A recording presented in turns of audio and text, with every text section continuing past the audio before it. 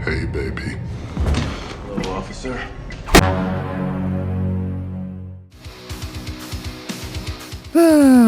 Jack, kebanyakan main lato-lato lu, makanya meriang kan?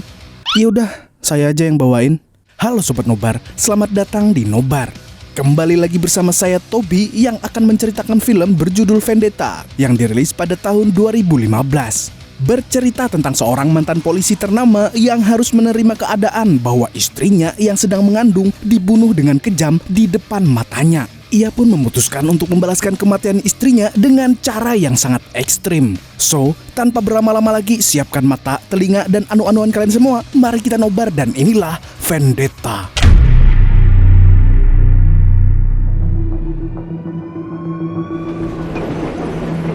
Cerita dimulai dengan duet mematikan antara dua polisi yang sedang memburu anggota Smackdown bernama Sami D yang diperankan oleh Big Show. Kedua polisi tersebut bernama Mason dan Anto. Mereka berdua adalah polisi yang sangat hype abis dikarenakan tidak pernah gagal dalam penangkapan.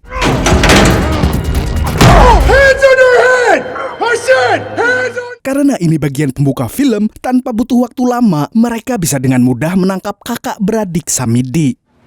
You okay? So they tell me. Bye, buddy. Maybe next time. Tapi Sami D yang tertangkap berjanji bahwa ini bukan yang terakhir kalinya ia dan Mason akan bertemu. Sedangkan Mason tidak peduli dengan perkataan Sami D. Ia malah menelpon istrinya yang sudah menunggunya untuk pulang ke rumah. Setelah sampai di rumahnya, istri Mason mengajaknya untuk berbicara hal yang serius. Ternyata Mason dan istrinya ingin memiliki seorang bayi, tapi istrinya belum pernah mendapatkan benih-benih yang terpilih. Mason yang mendengar itu langsung mengajak istrinya untuk uhu-uhu. Di kantor kepolisian, Mason sedang bermain Zuma, sampai akhirnya datang seorang petugas polisi yang mengatakan bahwa Sami D bebas dari statusnya sebagai terdakwa, sehingga ia tidak dapat dipenjara. Udah biasa mah gini. Mason yang mendengar itu marah dan memutuskan untuk menelpon istrinya karena khawatir. Tapi ternyata... Hey, baby. Hello, Mrs. Danvers. Mendengar bahwa orang yang mengangkat teleponnya adalah suara seorang pria jantan, Mason segera bergegas untuk pulang. Ia khawatir dengan keadaan istrinya yang saat itu sedang mengandung bayi mereka. Sami D yang kala itu menjadi sangat kejam, membalaskan dendamnya pada Mason dengan cara mencekik istrinya sampai mati. Mason yang mendapati istrinya sudah tak bernyawa ingin mengheadshot Sami D, tapi Anto dengan sabar menenangkan Mason agar tidak mengambil tindakan gegabah. Sami D harus dipenjara agar ia dapat merasakan kesengsaraan dan hukuman yang setimpal atas perbuatannya. Mason yang mendengar itu memutuskan untuk menahan diri dan tidak jadi menembak Sami D. Beberapa hari kemudian, setelah pemakaman istrinya, Mason menjadi fajar sad boy. Ia duduk melihat perapian yang menyala-nyala, menyeratkan dendam yang belum tuntas. Anto pun datang untuk memberitahu bahwa pilihannya untuk tidak menembak Sami D adalah hal yang benar. Tetapi Mason sudah tidak peduli dengan perkataan Anto. Mason mengatakan bahwa ia ingin menghilang untuk pergi berburu. Anto yang saat itu tidak paham dengan maksud Mason mendukung tindakannya.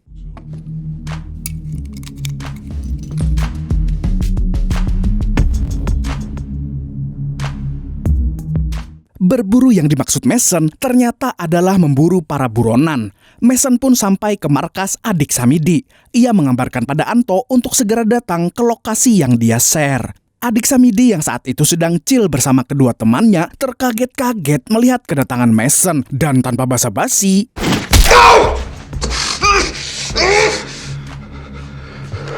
What the hell? Anto yang datang menyusul Mason tepok jidat melihat kelakuan temannya itu. Tapi Mason hanya diam dan mengangkat tangan, bersiap untuk ditangkap oleh Anto.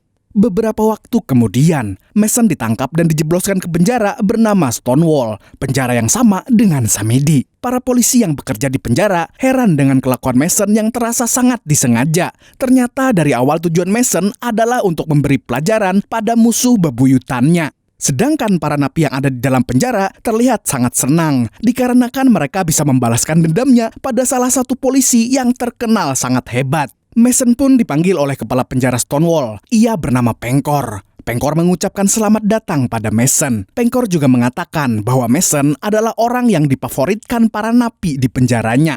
Tapi sebagai kepala penjara yang bermartabat, Pengkor ingin melindungi Mason. Ia menugaskan Mason di tempat yang paling aman untuk bekerja, yaitu tugas untuk mencuci baju para napi. Mason yang saat itu masih dipenuhi rasa dendam, hanya bisa diam mendengarkan Pengkor. Di saat istirahat makan, Mason didatangi oleh orang yang ia cari selama ini. Dan tanpa ada yang bisa menebak, ternyata Samidi. Selain datang untuk meminta makanan Mason, Samidi juga mengatakan bahwa Mason tidak akan berumur panjang di tempat ini. Karena baginya, Mason seperti baru saja masuk ke dalam neraka yang sudah dipersiapkan untuk dirinya. Tapi Mason tetap tenang dan mengatakan bahwa ia sudah mengirim adik Samidi duluan ke neraka yang sesungguhnya.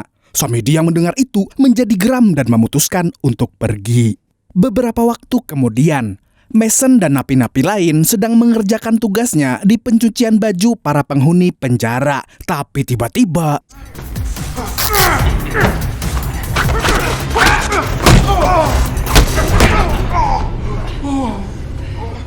Mason yang saat itu belum overpower terpaksa harus keok dikeroyok oleh para napi bawahan Samidi. Untungnya ia ditolong oleh seorang sipir baik bernama Ronald.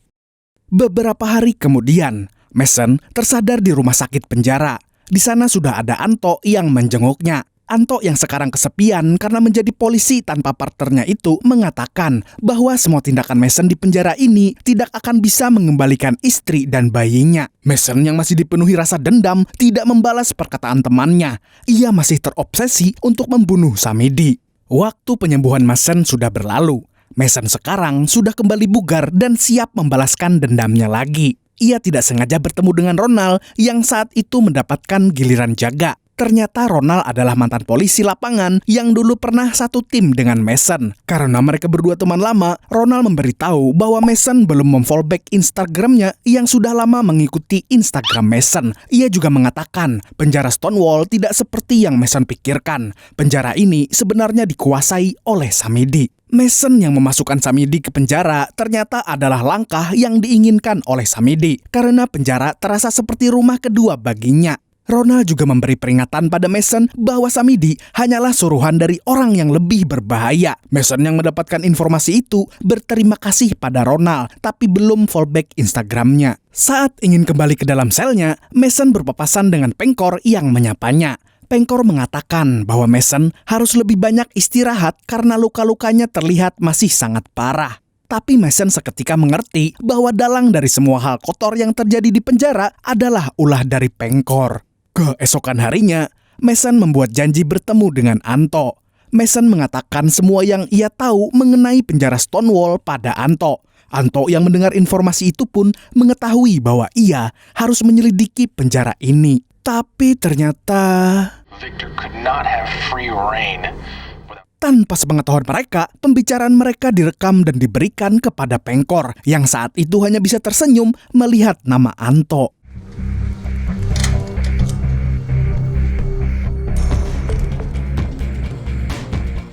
Beberapa saat kemudian, di dalam kamarnya, Mason sedang mempersiapkan barang-barang tajam yang bisa ia jadikan senjata untuk membunuh. Walaupun semua luka dan darahnya sudah mengering, tapi giginya masih ingat untuk menancapkan taring. Kelas. Ia pun mulai memburu satu persatu orang yang mencelakainya kemarin. Di sisi lain, salah satu orang yang mencelakai Mason kemarin hampir cepirit sampai-sampai ia melaporkan aksi Mason kepada bosnya. Samidi yang mendengar itu tetap tenang dan meminta tangan kanannya untuk menghabisi Mason. Mason yang saat itu lagi mikir di dalam kamarnya dihampiri oleh tangan kanan Samidi untuk dihajar.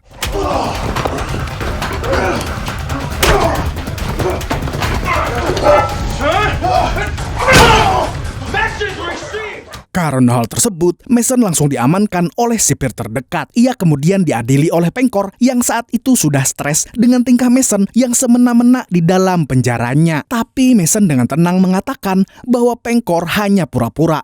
Karena Mason tahu Pengkorlah dalang sebenarnya dari semua kejahatan di dalam penjara Stonewall. Pengkor yang mendengar itu meminta agar Mason dijebloskan ke dalam sel isolasi selama 1 minggu. Setelah ia bebas dari sel isolasi, Mason kembali menjalankan tugasnya di pencucian baju napi. Ternyata ia masih belum berhenti untuk kembali memburu anggota Samidi yang mencelakainya. Dengan segala rencana yang ia susun ketika berada di sel isolasi, Mason kembali beraksi.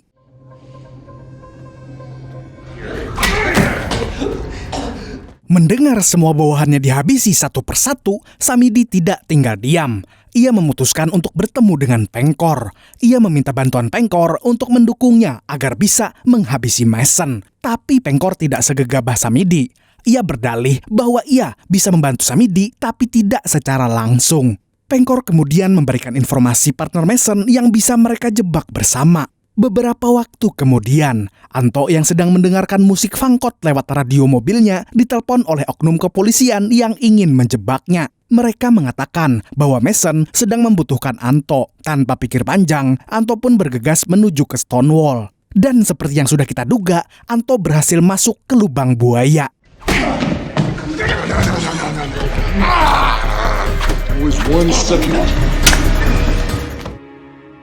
Mason yang saat itu sudah ditangkap oleh para oknum polisi dipaksa untuk melihat partnernya dipukul sampai mati. Sementara Samidi hanya tersenyum melihat Mason yang tersiksa.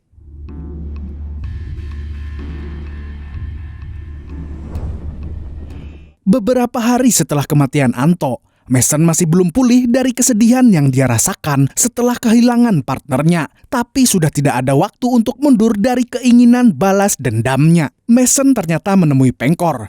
Ia mengatakan semua yang dia tahu tentang kejahatan Pengkor di Stonewall. Dan Mason mengingatkan Pengkor bahwa ia adalah seorang polisi ternama yang mempunyai banyak backingan. Ia bisa saja membuat Pengkor dilucuti sebagai kepala penjara di Stonewall. Pengkor yang berhasil terancam terpaksa menawarkan kerjasama pada Mason. Ia akan mengkhianati Samidi asalkan Mason tidak membocorkan semua yang terjadi di Stonewall. Mason yang menerima kesepakatan mereka itu meminta satu hal sebagai bagian dari kerjasama mereka.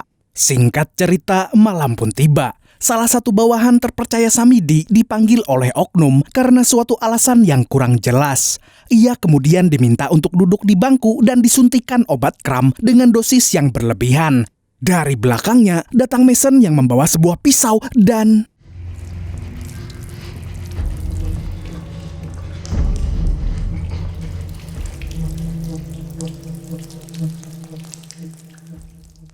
Hari berikutnya, Samidi mendengar kabar bahwa salah satu bawahan kepercayaannya telah pergi ke neraka.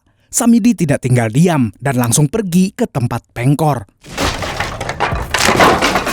Samidi menanyakan Pengkor tentang kejelasan dari aksi Mason yang sebenarnya. Ia menduga bahwa Pengkor adalah dalang dari tingkah Mason yang semena-mena menghabisi semua bawahannya. Pengkor yang saat itu geram dengan tingkah Samidi mengiyakan bahwa ia sudah bekerja sama dengan Mason. Samidi kemudian mengancam Pengkor dengan ancaman kematian jika Pengkor masih berani membantu Mason untuk melakukan aksinya. Samidi pun meninggalkan Pengkor setelah berhasil mengancamnya. Pada saat istirahat makan siang, Samidi nekat ingin membunuh Mason dengan pisau yang ia letakkan di sepatunya. Tapi ketika Samidi mendekat ke arah Mason,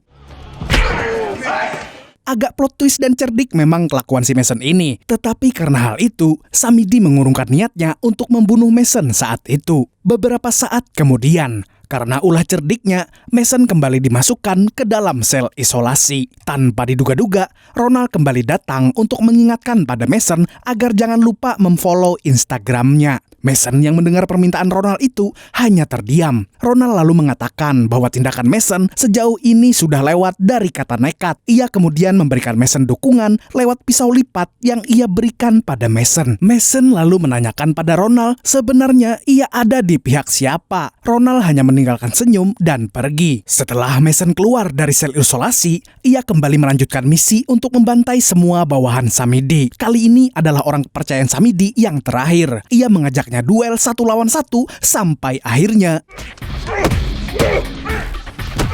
walaupun dikeroyok 4 orang sekaligus, Mason tetaplah menang karena ia adalah pemeran utama di film ini. Setelah menghajar bawahan terakhir Samidi, Mason kemudian melempar mayatnya hingga akhirnya Mayat polisi mati yang digencet oleh bawahan Samidi layaknya permainan Tetris meninggalkan sebuah senapan laras panjang yang akhirnya diambil dan dipakai para napi lain untuk memulai pemberontakan di penjara. Dalam sekejap, penjara Stonewall menjadi kacau balau. Kemudian Mason pergi menemui Pengkor yang saat itu sedang marah karena penjara yang ia kepalai menjadi kacau. Ia kemudian membatalkan semua perjanjiannya dengan Mason. Ia juga menyuruh semua anggota sipir untuk membunuh Mason. Di lapangan penjara, Mason memberontak melawan puluhan napi sendirian. Ia mencari Samidi yang dari tadi belum kelihatan batang hidungnya. Beberapa saat ketika Mason sudah mengalahkan banyak napi, akhirnya bos sesungguhnya datang. Samidi datang dengan cara yang ora umum. Ia mengalahkan 3 polisi sekaligus. Terjadi duel yang sengit antara Mason dan Samidi. Mason yang beberapa kali dibuat jatuh oleh Samidi tidak pernah menyerah. Akhirnya ia teringat bahwa ia pernah diberikan senjata oleh Ronald yang berujung dengan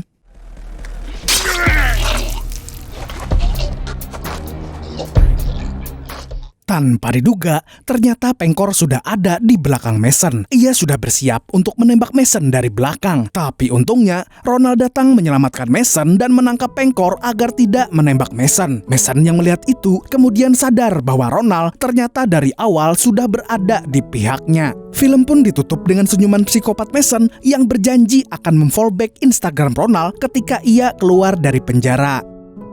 Film ini mengajarkan pada kita bahwa kita tidak boleh melukai orang-orang yang tidak berdaya dan membuat ancaman-ancaman yang berdampak pada kepercayaan orang tersebut. Karena kita tidak akan pernah tahu di luar sana orang itu sudah merencanakan hal apa yang bisa ia lakukan pada kita yang selalu melukainya. Intinya jangan jahatlah, oke? Segitu dulu untuk kali ini. Saya Tobi, mewakili orang-orang yang suka dapat sendal baru pas habis Jumatan, mengucapkan sampai jumpa di video selanjutnya dan kamsia. Assalamualaikum warahmatullahi wabarakatuh. Selesai juga. Alhamdulillah, saatnya nyari sendal baru.